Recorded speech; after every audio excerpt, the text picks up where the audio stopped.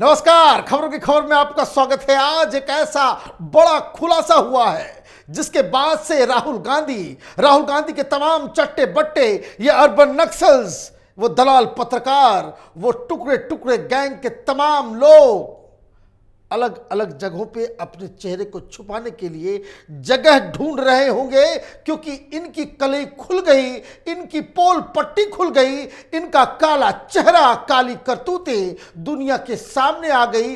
क्योंकि अब स्वयं जो शख्स हिंदुस्तान के अंदर $1 बिलियन खर्च करके मोदी सरकार को हटाना चाह रहा है, वो विदेशी एजेंट, वो खुद सामने आकर के इसने ऐलान किया है। तमाम वीडियोस भी हैं किस तरीके से वो मोदी को हटाना चाहता है। हिंदुस्तान में बिल्कुल अपने चमचों की सरकार वो चाहता है, यहां पे हिंदुस्तान के राजनीतिक सिस्टम को बदलना चाहता है। वो खुद वो कहता हुआ पकड़ा गया है और इसको लेकर बवाल मच गया है। नाम है इसका जॉर्ज सोरोस। कैपिटल टीवी के जो तमाम दर्शक हैं, पिछले एक सप्ताह से हम इस स्टोरी को करते चले आ रहे हैं कि किस तरीके से दिल्ली में तीन मीटिंग्स हुई, जिसमें विदेशी एजेंट्स, विदेशी लोग और एम्बेसी के अंदर मीटिंग्स हो रही हैं। मोती बाग में मीटिंग्स हो रही हैं, बहादुर शाह जफर पे मार्ग पे एक बड़े वकील के दफ्तर पे ये मीटिंग्स हुई है, लंदन में मीटिंग हुई है। लंदन का ही ये व्यापारी अब ये ऐलान कर रहा है कि हमने $1 बिलियन हमने अलग कर रखा है हिंदुस्तान में सत्ता परिवर्तन करने के लिए। मतलब ये 2024 में ये $1 बिलियन इन तमाम दलालों के खातों में जाएगा, उन पत्रकारों के खातों में जाएगा, और किन किन के खातों में जाएगा ये मैं आपको आगे बताऊंगा। लेकिन जो उसने ऐलान किया, उस ऐलान जंग की इस वीडियो को देखिए। India is an interesting case. It's a democracy, but its leader Narendra Modi is no Democrat. Inciting violence against Muslims was an important factor in his meteoric rise. Modi maintains close relations with both open and closed societies. India is a member of the Quad, which also includes Australia, the US and Japan. But it buys a lot of Russian oil at a steep discount and makes a lot of money out of it. इस video को देखने से आपको लग गया होगा कि ये व्यक्ति प्रधानमंत्री मोदी से घृणा करता है। ये घृणा किसी से नहीं करता, ये बिजनेसमैन है। इसके पुराने वीडियोस भी हमने खंगाले हैं। ये सिर्फ हिंदुस्तान ही नहीं, दुनिया के कई सारे देशों में ये उपद्रव मचा रहा। ये he is an agent of anarchy. ये जहां जाता है, जहां फंडिंग करता है, ये बलवा क्रिएट करने में माहिर है। और सरकार इस वक्त प्रधानमंत्री मोदी की है, जो इस तरह के टुटपुंजिए लोगों की बात नहीं सुनते, तो उसको हटाने के लिए ये तमाशा करने जा रहा है, और इसके लिए इसने पैसे अलॉट कर दिए। अब ये जो तमाम लोग हैं जो डेमोक्रेसी खतरे में है, यही बात तो वो भी कह रहा है कि हिंदुस्तान तो डेमोक्रेटिक है, लेकिन मोदी डेमोक्रेटिक नहीं है। अरे तुमसे सर्टिफिकेट किसने मांग लिया? चुनाव होते हैं, यहां पे देश की जनता चुनाव में प्रधानमंत्री मोदी को वोट करती है। तुम्हारे दलाल, तुम्हारे राहुल गांधी, तुम्हारे जो वामपंथी और तमाम लोगों की जमानत जब्त हो रही है, इसमें मोदी का क्या कसूर है? और तुम्हारी ये जरूरत कैसे हो रही है कि हिंदुस्तान के इंटरनल पॉलिटिक्स के अंदर तुम उसके ऊपर कमेंट्री भी कर सको? तुम हो कौन? और इसके ऊपर वो तमाम पॉलिटिकल पार्टीज अब तक तो सवाल उठा देना चाहिए, चाहे विपक्ष की पार्टियां हो, चाहे पक्ष की पार्टियां हो। तमाम लोगों को, हर हिंदुस्तानी को ऐसे सोरोस टाइप के दलाल, ऐसे एनार्किस्ट के खिलाफ आवाज उठाने की जरूरत है। उनको अब तक सामने आ जाना चाहिए था, कंडेम करना चाहिए था। अगर जो कंडेम नहीं कर रहा है, तो ये समझ लीजिए कि वो $1 बिलियन जो आने वाला है, उसमें वो भी हिस्सेदार तो नहीं है, क्योंकि ये इसके जो मॉडस ऑपरेंडीज हैं पूरी दुनिया में, ये पॉलिटिकल पार्टीज को पैसे देता है, ये एनजीओज को पैसे देता है, ये इंटेलेक्चुअल्स को, आर्टिकल लिखने वाले लोगों को पैसे देता है, पत्रकारों को पैसे देता है, बलवा क्रिएट करने वाले ये आंदोलन जीवी, उनको भी पैसे देता है। तो ये जो मॉडस ऑपरेंडी और इस तरह की जो बातें वो कर रहा है, सबसे बड़ी दिक्कत क्या है, ये हिंदुस्तान में नेशनलिज्म एक बहुत बड़ा प्रॉब्लम है इसके लिए। लेकिन ये तो जनरल बात हो गई। अभी लेटेस्ट मसला क्या चल रहा था? अभी लेटेस्ट मसला चला था अडानी मामला। अडानी मामला देखिए किस तरह से राहुल गांधी और पूरा विपक्ष अडानी पे जवाब दो, अडानी पे जवाब दो। क्यों?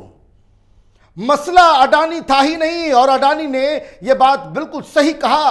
कैपिटल टीवी ने कई सारे वीडियोस बनाए और जिस पे हम लोगों ने भी कहा कि ये एक विदेशी साजिश का हिस्सा है, और इस जॉर्ज सोरोस ने इस चीज को कबूल लिया।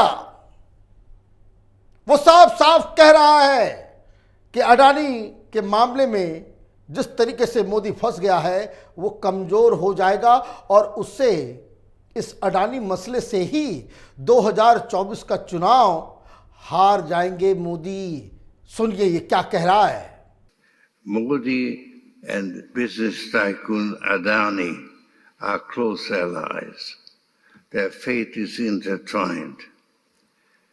Adani Enterprises tried to raise funds in the stock market but failed. Adani is accused of stock manipulation and his stock collapsed like a house of cards.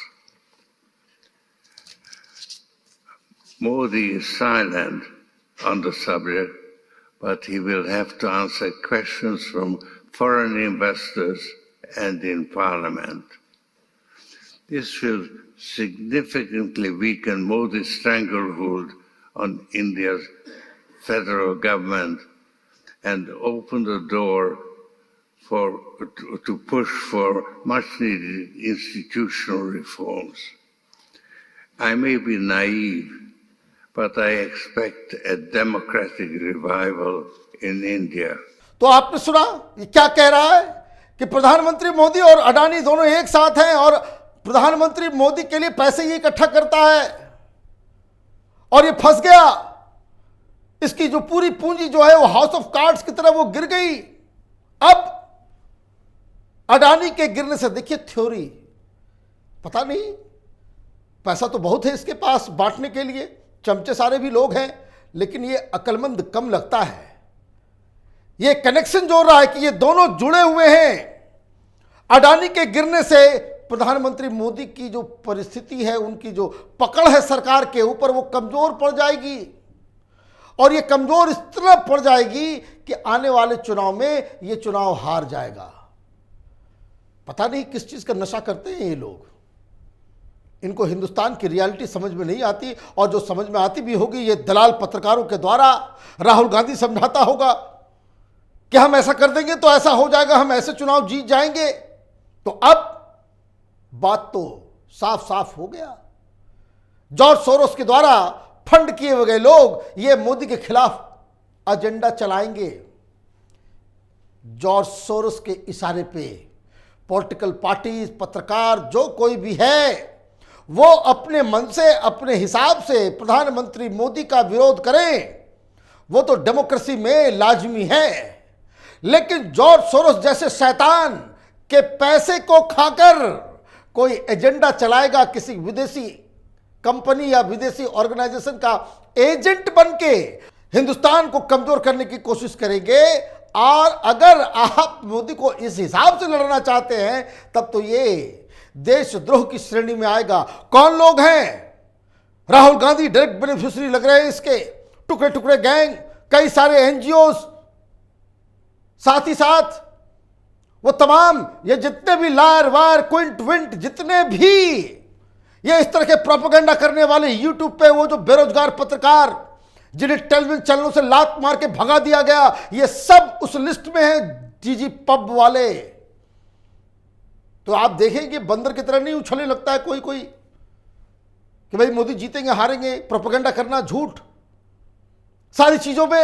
अभी देखिए सवेरे से चल रहा है कि किसी की लिंचिंग हो गई मुस्लिम, तो बवाल मचा हुआ है। 4 दिन से इनके मुंह में जो है वो बर्फ चला गया था कि जब एक हिंदुस्तान की सेना के सर्विंग लांस नायक की लिंचिंग हुई तो कोई कुछ नहीं बोल रहा था।